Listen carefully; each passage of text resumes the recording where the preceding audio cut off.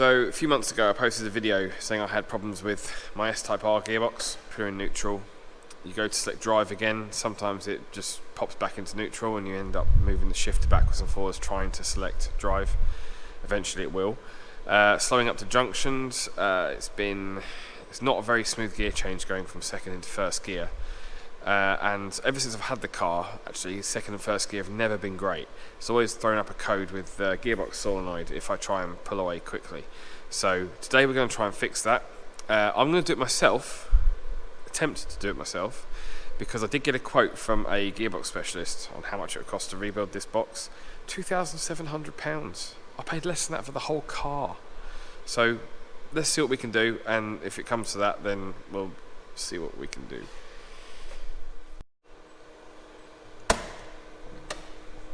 So the parts we've got for this, we have a new gearbox sump pan which incorporates the filter. It's all one unit. We've got new shift solenoids, they're all different, they're all colour coded, and we've also got the new gasket set for the mechatronic unit that needs to come out.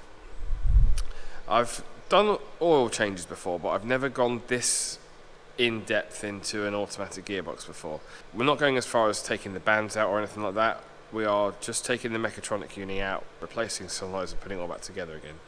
So this should be pretty straightforward.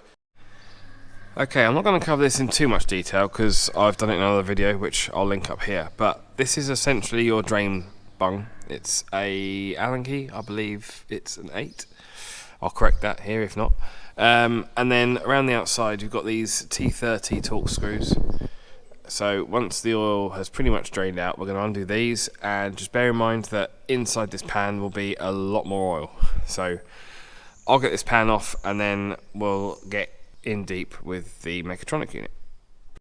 So you can see the oil's not too bad, not as dirty as it has been in the past, which is a good thing.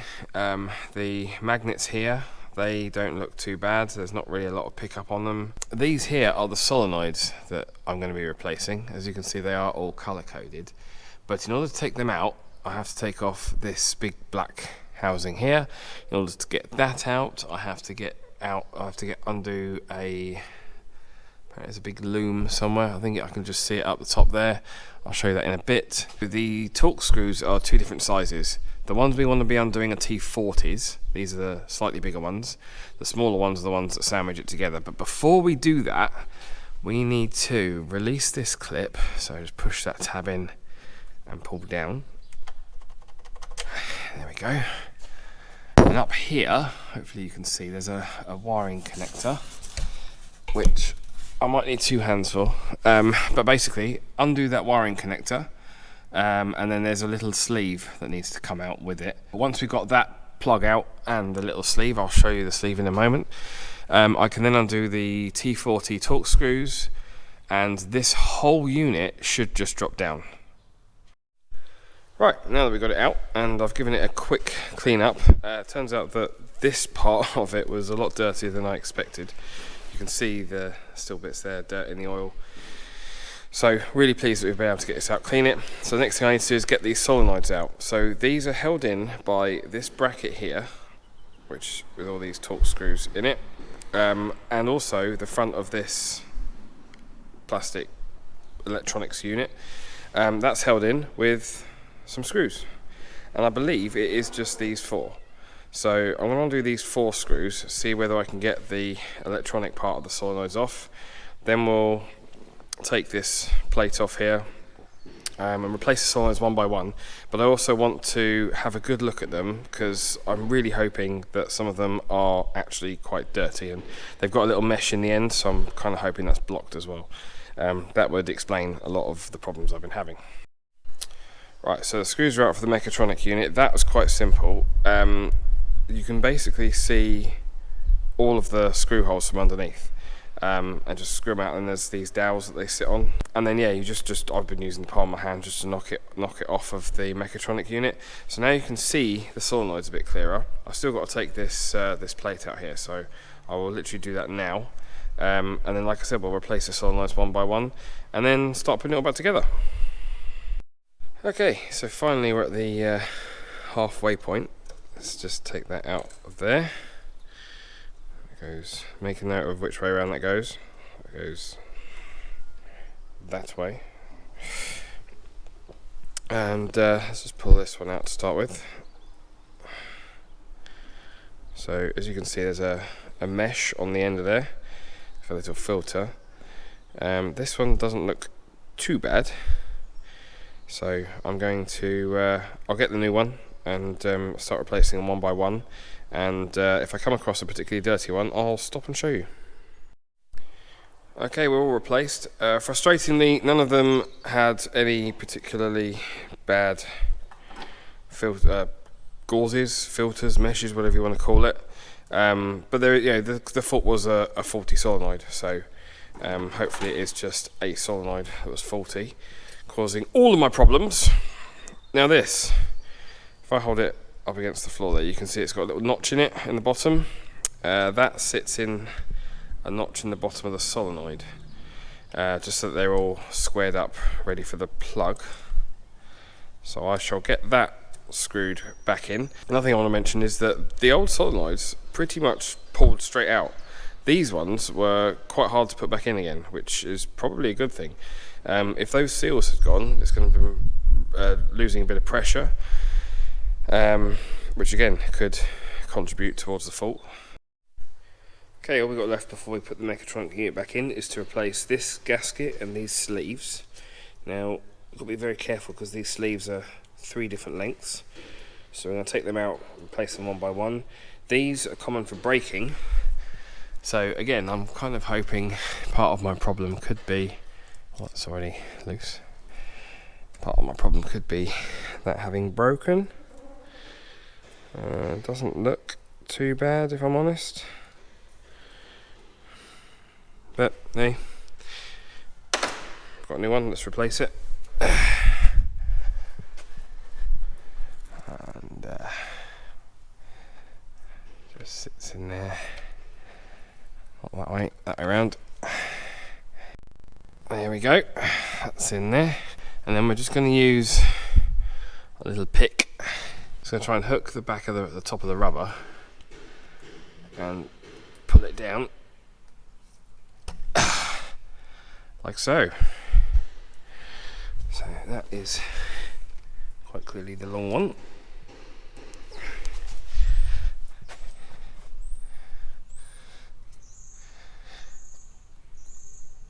I'll push that up a bit further in a moment.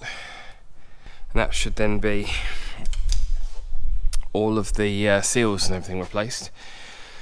When you put the mechatronic unit back in, you want to make sure that this, which is your shift solenoid, so when you move the gear lever, that selects the gears, and you want to make sure that lines up perfectly. I'll show you when it's back in again. It's quite obvious when you see it, but if you see, I'll try and show you now, that little stud there needs to line up with that little stud there. I believe it is. It's either that one or it's this bit here, but yeah, I think it's actually in there. It lines up in there. So yeah, I'm going to get this in then. Right, another day, time to put it all back together.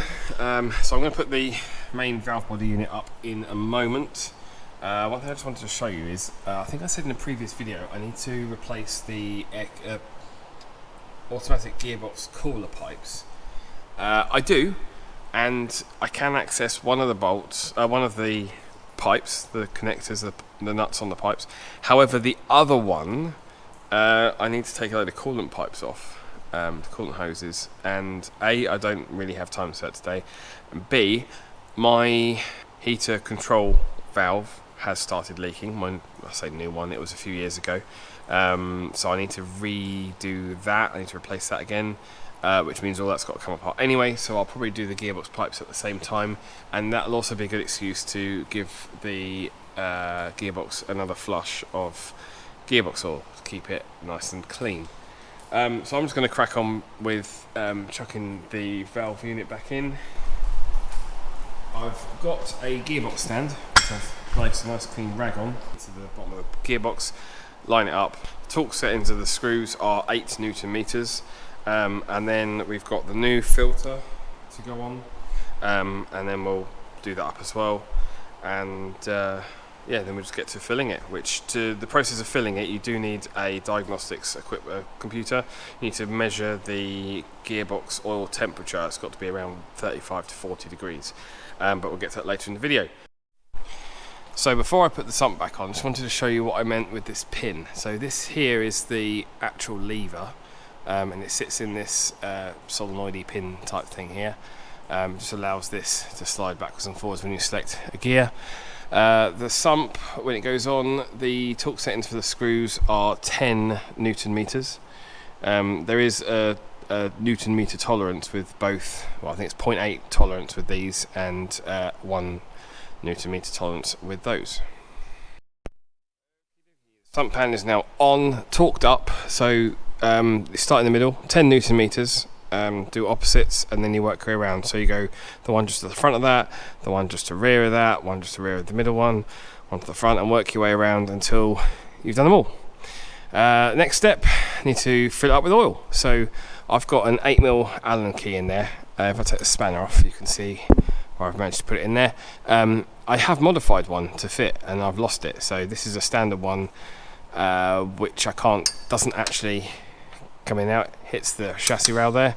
If you get a lever bar up there and gently just prise it, there's enough flex in the mount to undo it, and I have already cracked this one off. Okay, so I've got this little bottle, this little hand pump. I've poured 5 litres of ATF in it, and if we follow the pipe up, we can see it goes into the fill bung on the gearbox. Right, so we've just gone into the gearbox control module on diagnostics, and you can see we've got a code for 1 to 2 shift. I'm going to clear that. I'm going to make sure there's no fault codes in it at all. Hopefully they should clear. So, and then I'm going to go into live data and bring up the gearbox oil temperature, and then we're just basically going to run the car until the gearbox temperature is around 35 to 40 degrees. We'll then undo that fill bung, and we should get no oil come out of it. We will then top it up with oil before it gets to 40 degrees, and we should all be good to go then. I'm going to get the temperature up, and then I'm going to start it up. So I want to run through the gears, make sure that all of the oil ways are full of oil, because obviously that will affect the level, and then we'll be good to go. Right, hopefully you can hear me over the sound of the engine and the exhaust. I've closed my valve off just to make it a little bit quieter. So we're reading 35 degrees oil temp. So I'm going to undo that bung and then basically fill it up now till it starts dribbling out.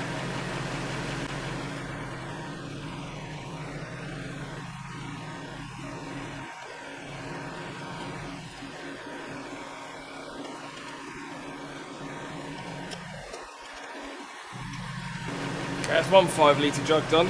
I'll put a bit more on and we'll top out some more.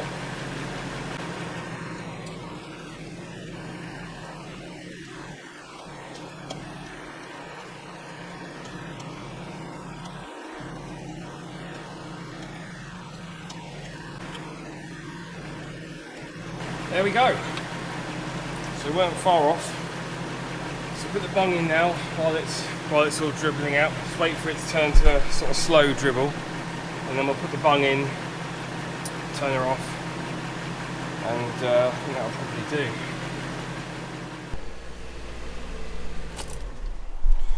Oh, that's better. So the only thing left to do is to go through the diagnostics, clear adaptations on the gearbox.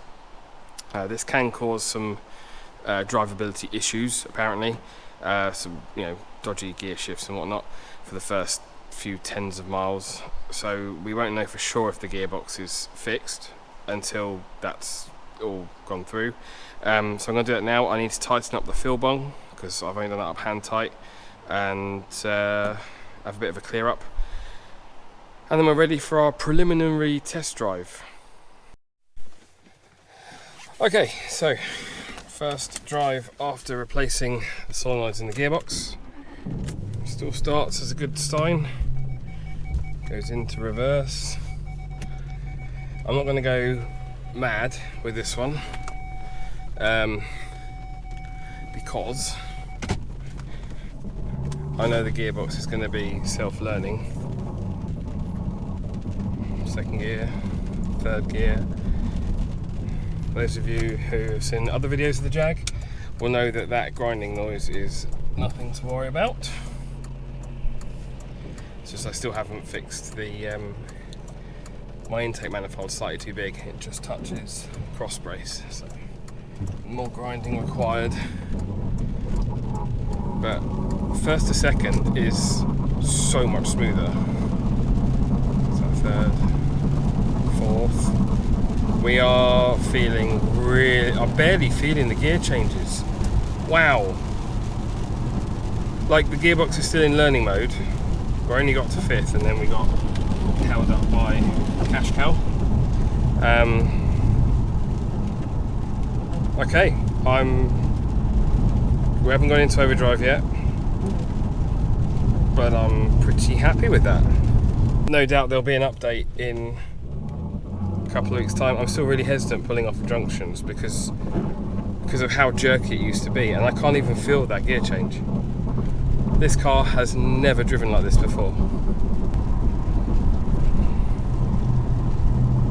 Wow, yeah, impressed. Catch you next time.